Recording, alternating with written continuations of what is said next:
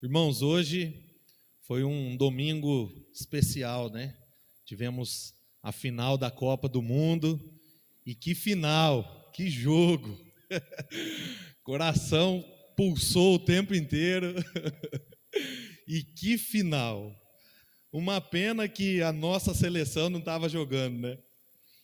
Mas nós, como bons brasileiros, amantes do futebol, apaixonados pela nossa seleção, nos últimos 4 anos, exaltamos a nossa seleção e nós estávamos convictos de que o Hexa viria. Nós passamos os últimos 4 anos exaltando a seleção brasileira. E nós exaltamos o nosso time antes mesmo da Copa começar. Nós começamos a levar a nossa seleção a um nível alto, né? A um patamar elevado. Nós fizemos isso no tempo passado, presente e futuro. No passado nós dizíamos, nós já ganhamos tudo até aqui. No presente, nós estávamos dizendo, vamos ser campeões, somos os favoritos. E no futuro, nós dizíamos, quando essa Copa acabar, todo mundo vai ter que engolir o Hexa. Mas infelizmente, nós não tivemos a alegria de sustentar essa exaltação da nossa seleção brasileira, como nós a exaltamos nos últimos 4 anos. Nós passamos pelas eliminatórias, passamos pela fase de grupos, mas quando chegou no famoso mata-mata, nós tropeçamos, não conseguimos ir adiante, o Hexa não veio. E no final das contas, quando a gente para pensar, a gente chega na conclusão de que nós não estávamos tão confiantes assim que o Hexa viria, mas como bons brasileiros, nós tentamos. Só que, assim como eu acredito que muitos brasileiros se frustraram.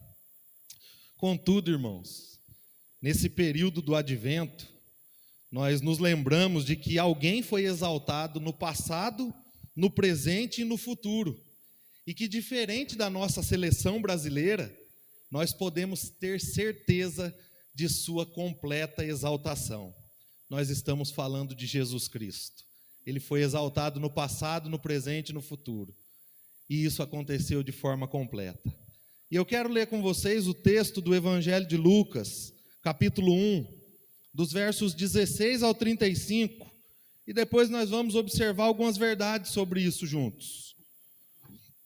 Lucas capítulo 1, versos de 26 a 35, diz assim: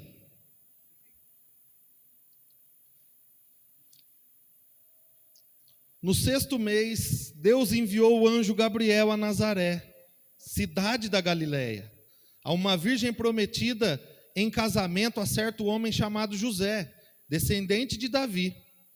O nome da virgem era Maria. O anjo, aproximando-se dela, disse: Alegre-se, agraciada, o Senhor está com você.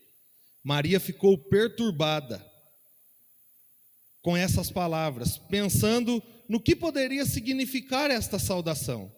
Mas o anjo lhe disse: Não tenha medo, Maria, você foi agraciada por Deus. Você ficará grávida e dará à luz um filho, e lhe porá o nome de Jesus. Ele será grande e será chamado Filho do Altíssimo. O Senhor Deus lhe dará o trono do seu pai Davi, e ele reinará para sempre sobre o povo de Jacó. Seu reino jamais terá fim. Perguntou Maria ao anjo: Como acontecerá isso? Sou virgem. O anjo respondeu: O Espírito Santo virá sobre você, e o poder do Altíssimo a cobrirá com a sua sombra. Assim, aquele que há de nascer será chamado Santo Filho de Deus. Oremos mais uma vez. Pai, nós estamos diante da Tua palavra, e nós cremos que o Senhor fala conosco quando a Tua palavra é lida fielmente, e da mesma forma explicada e aplicada aos nossos corações. Por isso nós te pedimos, Deus, que o Teu Espírito Santo abra os nossos corações, cative a nossa mente na Tua palavra, e que o Senhor não só permita que ela chegue aos nossos ouvidos, mas que o Senhor a leve aos nossos corações. E que assim o Senhor faça para a tua glória. É por isso que nós oramos juntos, agradecidos e confiantes, em nome de Jesus. Amém. Amém. Irmãos, esse texto aqui que nós lemos, ele nos conta alguns detalhes de como Deus comunicou Maria através do anjo Gabriel sobre o nascimento de Jesus. Dos versículos 26 a 28, nós vemos como é que Deus envia esse anjo para se comunicar com Maria e relatar a ela como é que um filho ia nascer dela, sem que ela tivesse tido relação conjugal nenhuma com José. Então o anjo foi enviado a ela e ele faz uma saudação. E o povo judeu, né, eles tinham a compreensão de que sempre que um anjo falava a alguém, Deus queria comunicar algo a eles. Então, ela sabia que o anjo tinha sido enviado a ela para que Deus se comunicasse com ela. O anjo tinha uma mensagem de Deus para Maria. Então o texto relata quais foram as reações dela diante dessa visitação divina, diante dessa visitação do alto. Deus havia enviado um anjo para trazer uma mensagem específica para Maria. E ela então teve suas reações. Maria ficou perturbada, né, incomodada, inquieta, ansiosa, ficou duvidosa de como isso ia acontecer. Ela teve reações humanas, assim como nós teríamos se Deus enviasse um anjo para falar conosco. Por isso, ela teve suas inquietações quando o anjo fala com ela. Mas hoje, eu quero me atentar aqui nesse texto, na apresentação que o anjo Gabriel faz de Jesus. O anjo Gabriel exalta Jesus antes do seu nascimento, ao apresentá-lo a Maria. Então, após Maria ter ficado perturbada, inquieta e duvidosa com a aparição do anjo, Gabriel, então, entrega a mensagem de Deus a ela. E a sua mensagem é interessante, que na mensagem de Gabriel, ele não está exaltando Maria, ele está exaltando o filho de Maria, aquele que viria. Ele está exaltando a Jesus. Ele diz no verso 31, não tenha medo, você foi agraciada por Deus, você foi alvo do favor de Deus. Maria havia sido escolhida para trazer ao mundo o exaltado de todas as nações, aquele que seria exaltado sobre tudo e todos. Então Maria de fato era uma mulher agraciada, ela havia sido alvo do favor de Deus, mas o anjo Gabriel exalta outra pessoa, e não é Maria, ele exalta Jesus, e é sobre isso que nós vamos refletir hoje juntos. Na semana passada nós olhamos para Jesus como o esperado, nós vimos como é que os judeus, e olhando para algumas promessas do Antigo Testamento, os gentios também esperavam um Salvador, esperavam alguém que os resgatasse. Então, na semana passada, vimos Jesus como o esperado. E hoje nós veremos que esse período do Advento, né, as 4 semanas que antecedem o nascimento de Jesus, ou que antecedem o Natal, ele também nos convida a olhar para Jesus como o exaltado. Jesus foi exaltado. Mas, afinal de contas, como é que Gabriel exaltou a Jesus aqui nesse texto? Como é que Jesus foi exaltado pelo anjo Gabriel aqui no texto que nós lemos? E é isso que nós vamos ver agora.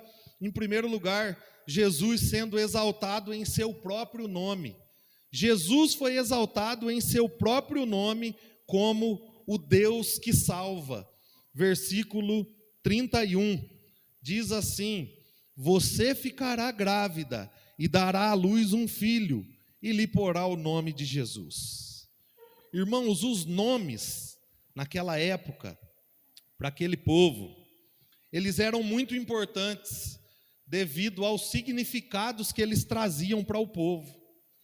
E o interessante é que o anjo Gabriel, ele começa falando para Maria, olha, você vai ficar grávida e vai dar à luz um filho. E você vai pôr o nome nele de Jesus. Então Gabriel começa exaltando a Jesus em seu próprio nome, porque o seu nome, o nome de Jesus, significa Deus salva. Jesus agora é exaltado pelo anjo Gabriel como o Deus que salva. E isso não acontece só com o anjo Gabriel. Aqui, Jesus é exaltado em seu nome, mas um pouco mais adiante, Zacarias, pai de João Batista, cheio do Espírito Santo, ele exalta Jesus pelo seu ofício, que no final das contas é a mesma coisa, o nome e o ofício de Jesus. Vamos olhar o verso 68, ainda do capítulo 1. Zacarias, pai de João Batista, ele cheio do Espírito Santo, ele diz: louvado seja o Senhor, o Deus de Israel, porque visitou e redimiu o seu povo. Ele proveu poderosa salvação para nós, na linhagem do seu servo Davi, como falara pelos seus santos profetas, na antiguidade, salvando-nos dos nossos inimigos e da mão de todos os que nos odeiam, para mostrar misericórdia aos nossos antepassados e lembrar sua santa aliança. Louvado seja o Senhor, que nos visitou e nos proveu, nos redimiu, nos provendo salvação dos nossos pecados. Zacarias, no mesmo pensamento, ou no mesmo espírito do anjo Gabriel, cheio do Espírito Santo, ele exalta Jesus em seu ofício.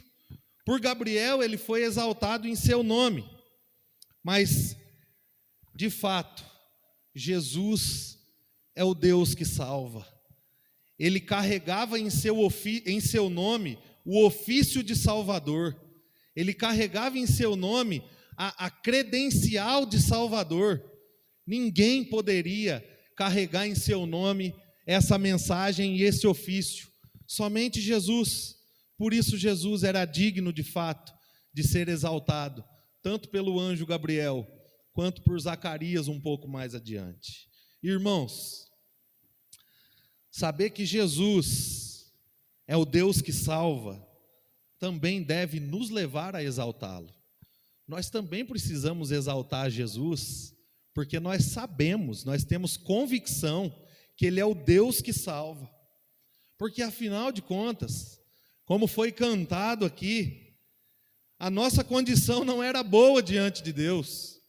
A nossa condição diante de Deus era de condenação e de morte por causa dos nossos pecados. Nós estávamos condenados, distantes de Deus, por causa dos nossos pecados. Mas o Deus que salva veio até nós. E aí então a nossa alegria é que Jesus salva ainda hoje. Jesus continua salvando ainda hoje. E é interessante que o nome dele não diz o Deus que salvou, ou o Deus que poderia salvar, ou o Deus que talvez nos salve.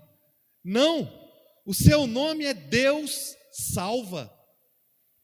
É concreto, é real, é verdadeiro, é palpável, é inatingível por nós, mas Ele pode nos alcançar com essa salvação. O Deus salva significa que Ele nos salvou no passado, Ele salva no presente e Ele salvará no futuro todos aqueles que creem em sua obra que nos substituiu na cruz. Na cruz do Calvário, Jesus substituiu a mim e a vocês que creem. Ele foi no nosso lugar para o madeiro. Ele morreu não só em nosso favor, mas Ele morreu em nosso lugar. Aquela morte era a nossa morte. Ele morreu a nossa morte, para que vivêssemos a vida dele, como foi orado aqui no início do culto. Então Ele pagou os nossos pecados e nos salvou de toda a condenação do pecado de uma vez por todas. Jesus foi exaltado pelo anjo Gabriel, exatamente como esse Deus, o Deus que salva. Irmãos, exaltemos a Jesus por tão grande salvação que Ele nos deu. Como é bom acordarmos todas as manhãs, em meio a todos os desafios que temos, mas saber que nós fomos redimidos por um sangue puro e carmesim, por um Deus perfeito, que nos alcançou em nossas imperfeições e nos resgatou dos nossos pecados. Em meio aos nossos pecados, Ele não nos abandonou.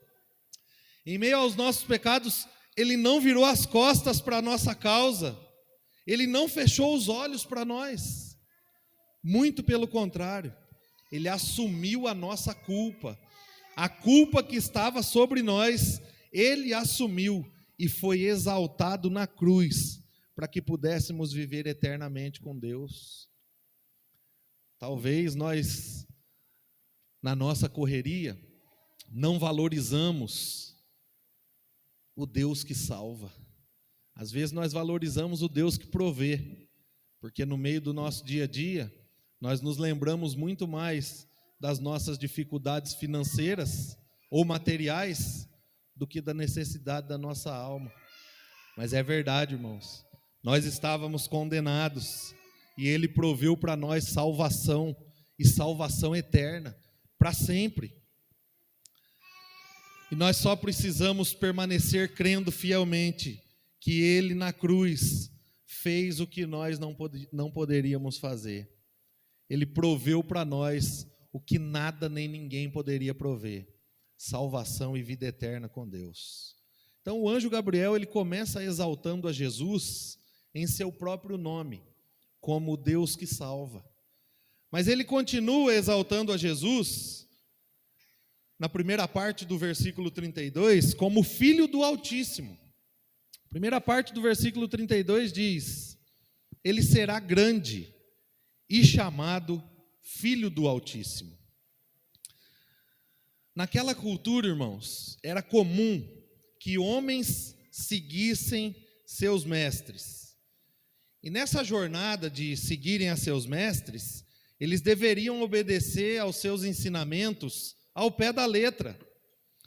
Então, para esses homens que seguiam seus mestres e obedeciam seus ensinamentos ao pé da letra, era dado o título de filhos dos rabinos, ou filho do rabino.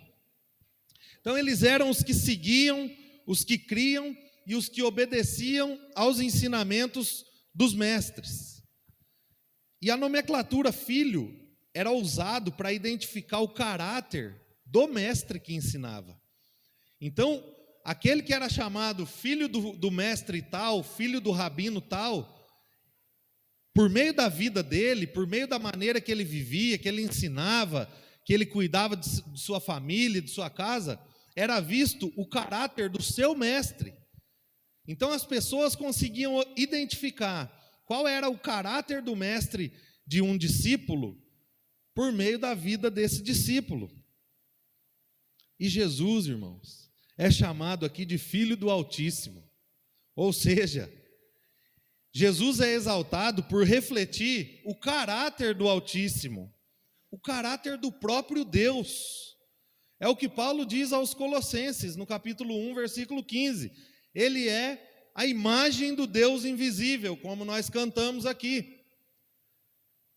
É o que o autor da carta aos Hebreus diz: ele é o resplendor da glória de Deus, a expressão exata do ser de Deus. E é o que o próprio Jesus diz: quem vê a mim, vê o Pai. Por quê? Porque eu e o Pai somos um. Jesus é exaltado como Filho do Altíssimo, porque ele refletia o caráter de Deus em meio à humanidade, em meio ao povo daquela época, em meio às pessoas que ele convivia. Jesus é exaltado por ser Deus entre nós, e ele é digno disso. E meus irmãos, o Filho do Altíssimo revelou seu caráter também no meio de nós. E isso é uma dádiva do Senhor para nós. Que presente precioso nós temos em ter o caráter do próprio Deus revelado a pecadores como nós. Enquanto que todas as religiões do mundo têm seus deuses distantes, isolados e incomunicáveis, que não se comunicam de forma alguma, Deus quis se fazer conhecido e se relacionar conosco por meio de seu Filho Jesus. Olha que presente, olha que privilégio. Enquanto todas as religiões do mundo inteiro, se relacionam com um Deus muito distante, o nosso Deus, o Deus vivo e verdadeiro, quis se revelar a nós por meio de seu Filho. E não só se revelar, mas se relacionar conosco. Olha que presente precioso de Deus. Nós não temos um Deus distante, nós temos um Deus presente. O único e verdadeiro Deus dentre todas as religiões do mundo que se relaciona com seu povo é o Deus da Bíblia. Nenhum outro Deus se relaciona com seu povo, somente o Deus da Escritura.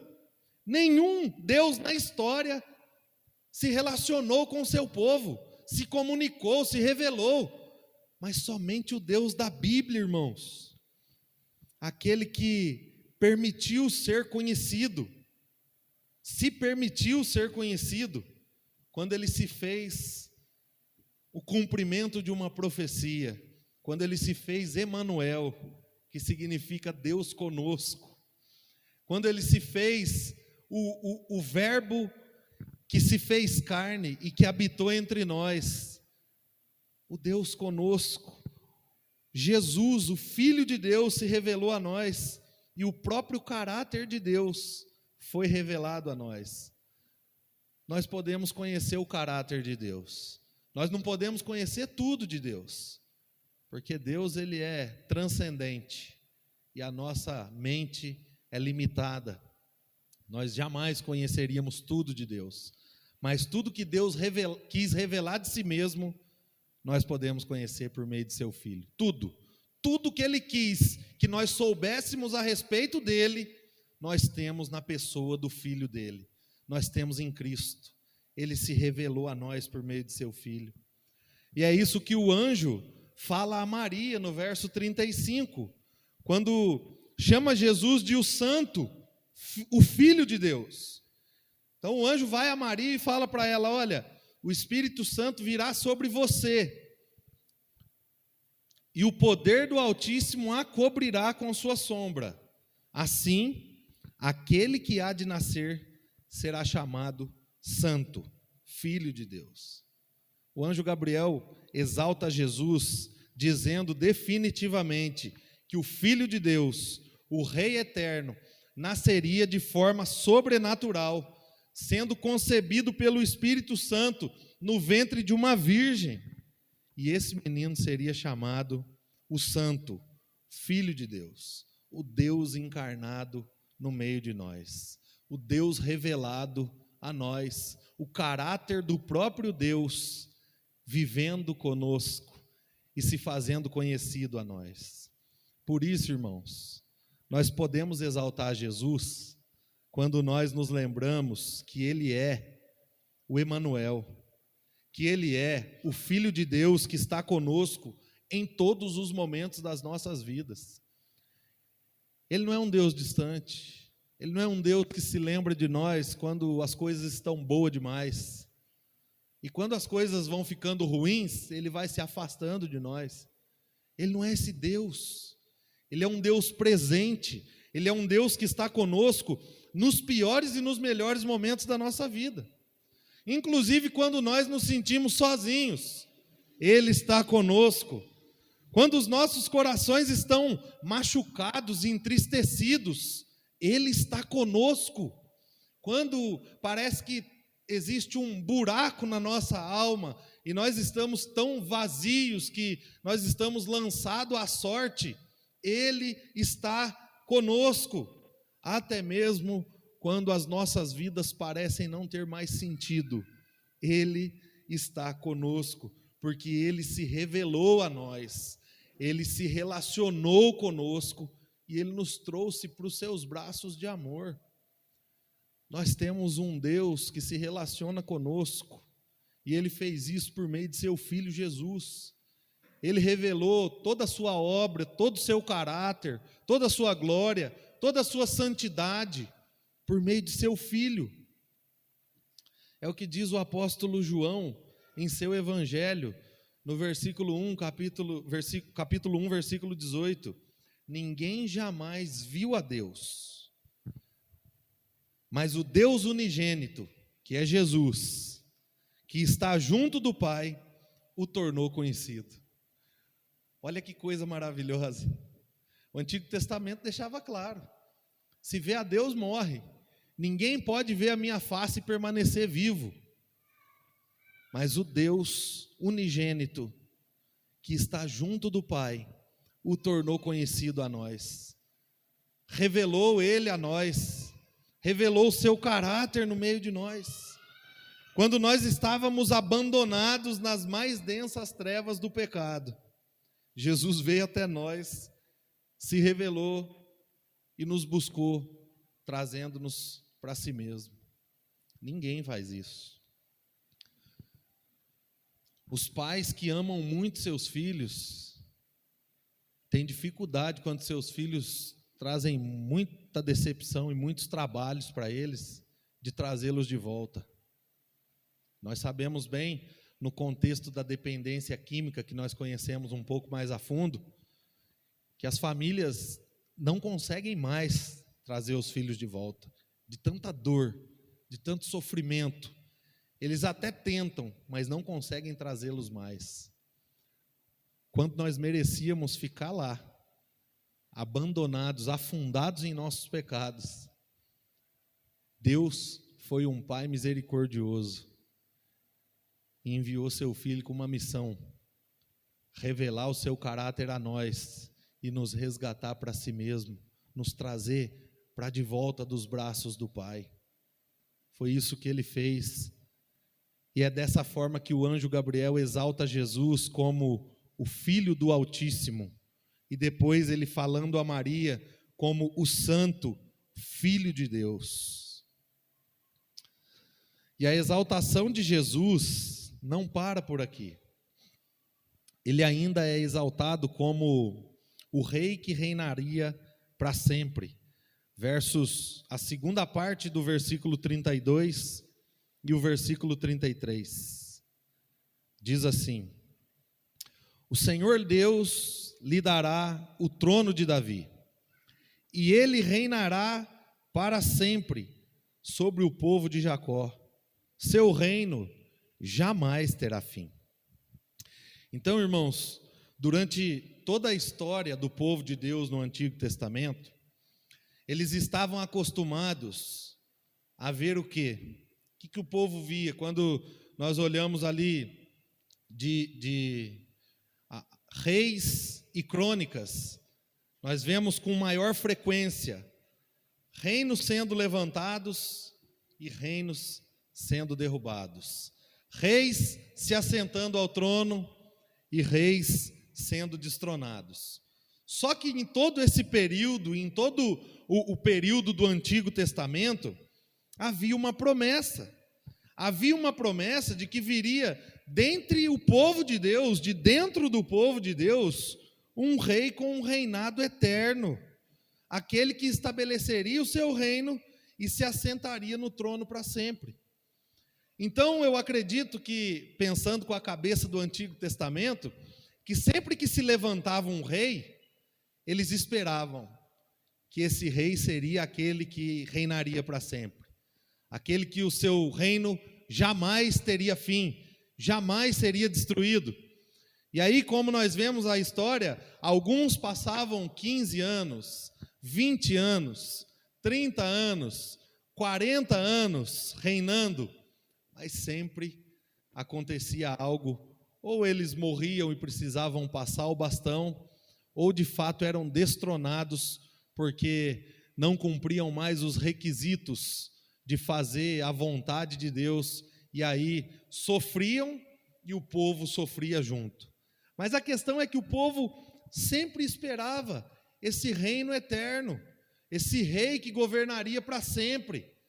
O povo tinha os olhos fincados nessa promessa, ainda que no decorrer da história nós vemos o povo se desviando dos caminhos por muitas e muitas vezes, e para fazer os seus próprios desejos, né? Para levantar o seu próprio rei, para instituir o seu próprio reinado, mas no final das contas eles eram disciplinados, trazidos de volta para Deus e olhavam para a promessa de novo. Eles tinham essa promessa, eles tinham os olhos fixos nessa promessa do rei eterno e do reinado que jamais teria fim. E quando a Bíblia fala disso, fica óbvio que essa promessa não está se falando de um reino político ou de um reino terreno, de um reinado terreno, mas sim de um rei divino e um reino divino, um reino de justiça, paz e misericórdia. Não um reino de guerra, um reino político, um reino de governantes humanos, mas sim de um reino celestial, um rei celestial, um reino espiritual, um rei espiritual. Sempre que nós vemos isso, e eu vou olhar aqui para Daniel capítulo 7, versículo 14, Daniel está profetizando, né, a respeito do povo de Deus na Babilônia. E aí, em sua visão e profecia, no versículo 14 ele diz, ele recebeu, o versículo 13 e 14, em minha visão à noite vi alguém semelhante a um filho de homem, vindo com as nuvens dos céus. Ele se aproximou do ancião e foi conduzido à sua presença. Ele recebeu autoridade, glória e o reino. Todos os povos, nações e homens de todas as línguas o adoraram. Seu domínio é um domínio eterno que não acabará, e o seu reino jamais será destruído. Então, quando nós olhamos para profecias como essa, hoje, entre o povo de Deus, ainda que aguardando um rei de guerra, aguardando um Messias guerreiro, muitos dentre eles esperavam de fato um rei eterno e tinham um senso espiritual, né, de um reino espiritual estabelecido por Deus, guardado por Deus, governado por Deus, porque essa era a promessa. Então, o anjo Gabriel, assim como Daniel profetizou lá atrás, ele exaltou o reinado eterno de Jesus. Ele disse, segunda parte do versículo 32, o Senhor Deus lhe dará o trono de seu pai Davi, e ele reinará para sempre sobre o povo de Jacó. Seu reino jamais terá fim. O anjo Gabriel exalta o reinado eterno de Jesus, porque Jesus era o cumprimento de todas as promessas e de todas as profecias desse rei e desse reino que o Antigo Testamento fazia. Todas as profecias a respeito do rei que governaria para sempre e do reino que jamais seria destruído, elas se cumprem em Jesus. Jesus é o rei e o reino eterno. E o anjo então estava afirmando a Maria que ele, Jesus, seria este rei e que o filho dessa mulher, de fato, reinaria para sempre. Ele não seria apenas um mero mortal como nós. Ele seria 100% homem, mas ele seria 100% Deus. E por ser 100% Deus, ele seria eterno. Ele reinaria para sempre. E meus queridos, nós também vivemos num mundo de incertezas quanto a quem assume o nosso governo, a quem governa hoje, e daqui a alguns anos, quem é que vai nos governar? Nós também vivemos essas incertezas, vivemos com os corações aquecidos, inquietos quanto a isso. Se conversarmos com os mais velhos, eles viveram isso 20 anos atrás, nos mesmos embates políticos que nós estamos vivendo hoje, com outros candidatos, preocupados com quem assumiria e preocupados com quem assumirá depois. Nós também vivemos num mundo de incertezas quanto a reinos e governos. Quem será o nosso governante? Como é que ele conduzirá esta nação, este reino, o seu reinado? Como é que ele conduzirá esse povo? Nós também vivemos essas inquietações, porque nós vemos que enquanto alguns governos são estabelecidos, outros são destruídos. Enquanto alguns governantes se assentam no trono, outros precisam sair do trono, serem destronados. Nós vivemos isso constantemente, inclusive na nossa nação. Mas uma vez que nós cremos em Jesus, irmãos, nós desfrutamos desde já do seu reino e do seu reinado eterno. É por isso que existe uma doutrina bíblica do já e ainda não. Todo aquele que crê em Jesus, todo aquele que fielmente crê no sacrifício de Jesus, já desfruta do seu reino eterno aqui na terra e do seu reinado eterno, mas ainda não completamente por causa do pecado. Mas um dia nós chegaremos lá, irmãos. Um dia nós chegaremos lá. Naquele grande dia, nós olharemos para o nosso rei, para o nosso grande general, assentado no trono, de uma vez por todas, como ele já está. E nós seremos governados por ele para sempre. E viveremos no seu reino de amor, justiça e misericórdia. Nós desfrutamos disso já, mas ainda não completamente. É por isso que os nossos corações ficam inquietos, porque os nossos corações anseiam por algo que um governante terreno não consegue suprir. Os nossos corações anseiam por algo que um reino terreno não consegue preencher. Somente o Rei dos Reis e o Senhor dos Senhores pode colocar ordem no caos do nosso coração quanto a essas questões. Uma vez que nós cremos em Jesus, nós desfrutamos desde já do seu reinado e do seu reino eterno. Nós não estamos à mercê dos sistemas políticos deste mundo, ainda que eles sejam importantes para nortear e conduzir em como é que nós vamos viver aqui, mas no final das contas, o que norteia e conduz como eu vivo é a maneira como o Rei dos Reis ordena que eu viva, é a maneira como o Senhor dos Senhores espera que eu viva.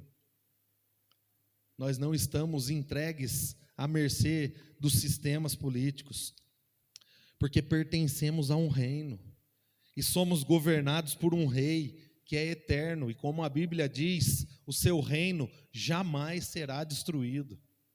Nós temos garantia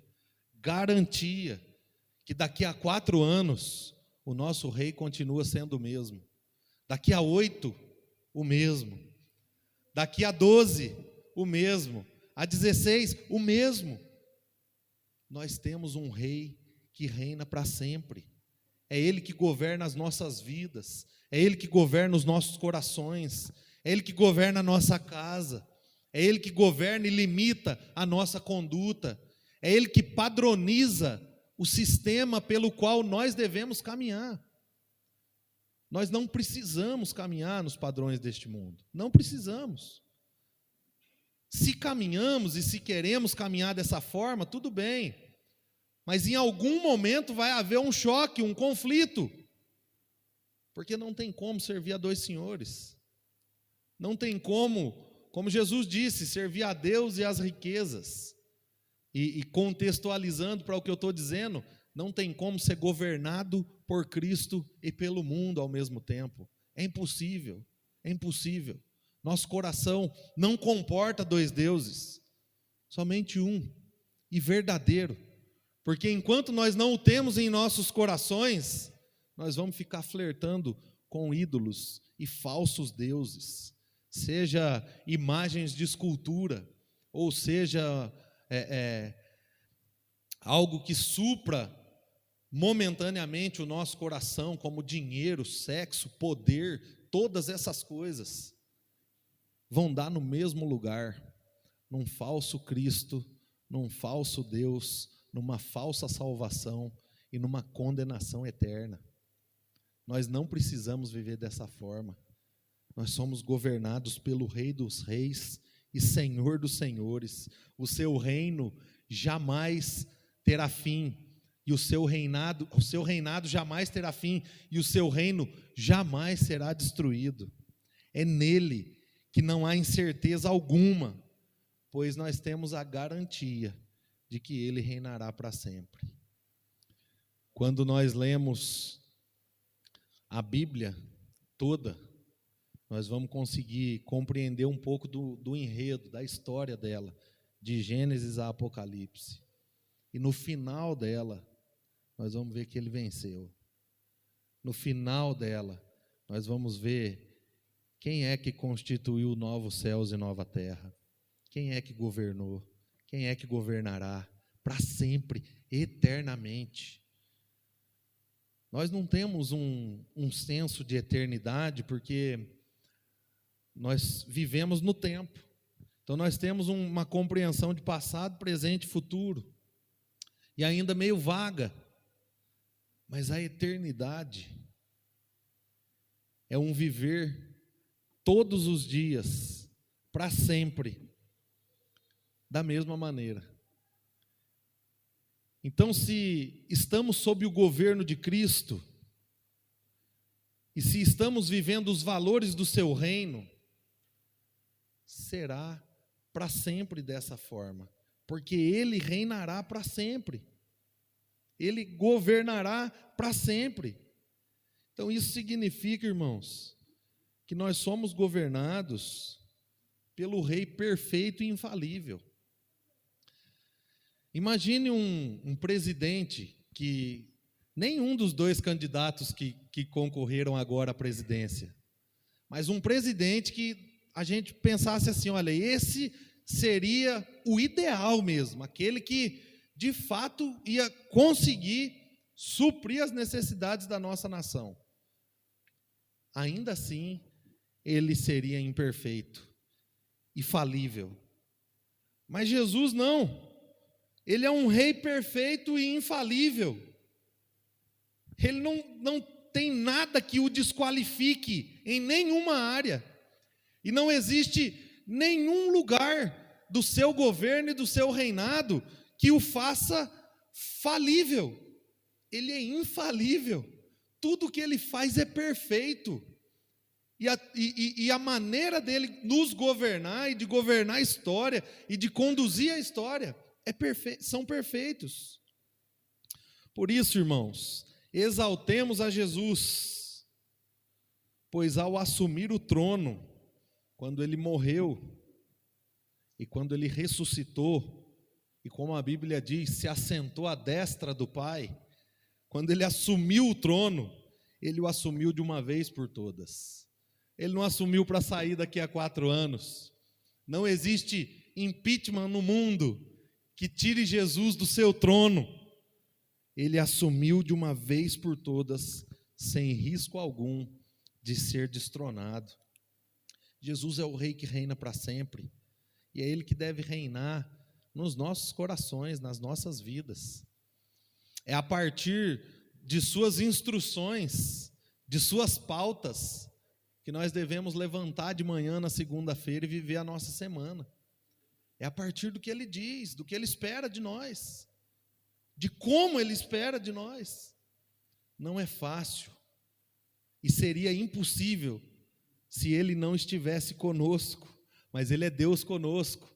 Então, aquilo que é impossível para nós, Ele nos capacita, nos habilita e nos impulsiona a fazer da sua maneira.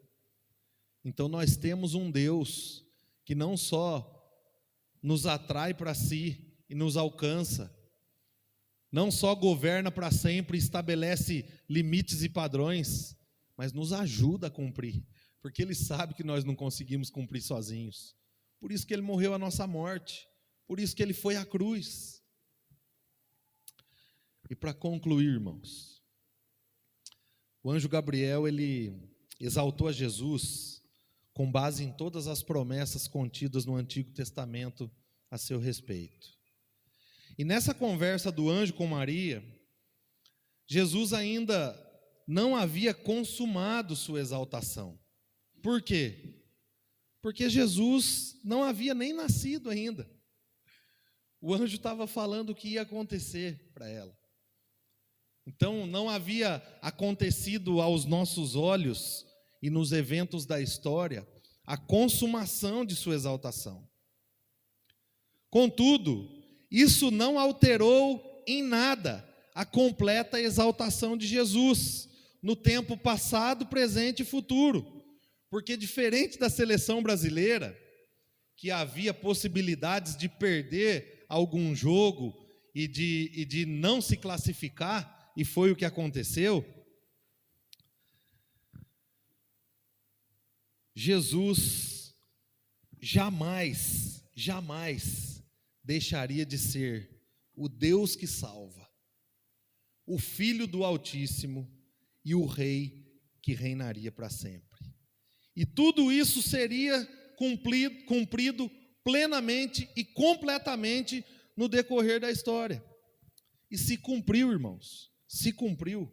Ele foi exaltado, de fato. Quando ele foi ao Calvário, quando ele foi à cruz, ele foi exaltado e pagou os nossos pecados, e se consumaram todos esses eventos. É o que Filipenses capítulo 2, versículos de 8 a 11 diz. Diz o seguinte: e sendo encontrado em forma humana, humilhou-se a si mesmo e foi obediente até a morte e morte de cruz. Por isso, por ter sido obediente, por ter nascido como homem, por ter sido obediente e ido à cruz, por isso, Deus o exaltou à mais alta posição e lhe deu o nome que está acima de todo nome, para que ao nome de Jesus se dobre todo o joelho, nos céus, na terra e debaixo da terra, e toda língua confesse que Jesus Cristo é o Senhor, para a glória de Deus. A cruz é o ponto alto do cristianismo, irmãos. Jesus foi não só elevado à cruz para morrer, mas exaltado na cruz. Na cruz, Deus exaltou a Jesus e lhe deu o nome que está acima de todo nome. E aí, ele diz que todo joelho vai ter que se dobrar diante dele, no céu, na terra e debaixo da terra. E toda língua vai ter que confessar que ele é o Senhor, para a glória de Deus. Crentes e descrentes vão se curvar diante do Rei que reina para sempre. Crentes e descrentes vão professar com seus lábios que Ele é o único Senhor, para a glória de Deus. A diferença é que crentes professarão porque foram salvos, e descrentes professarão para consumar sua condenação eterna. Esse é o Jesus exaltado que esse tempo do advento nos faz olhar para Ele. Ele não só foi prometido e nem só foi esperado, mas Ele foi exaltado, e na semana que vem nós o veremos como o enviado das nações. Vamos orar ao Senhor?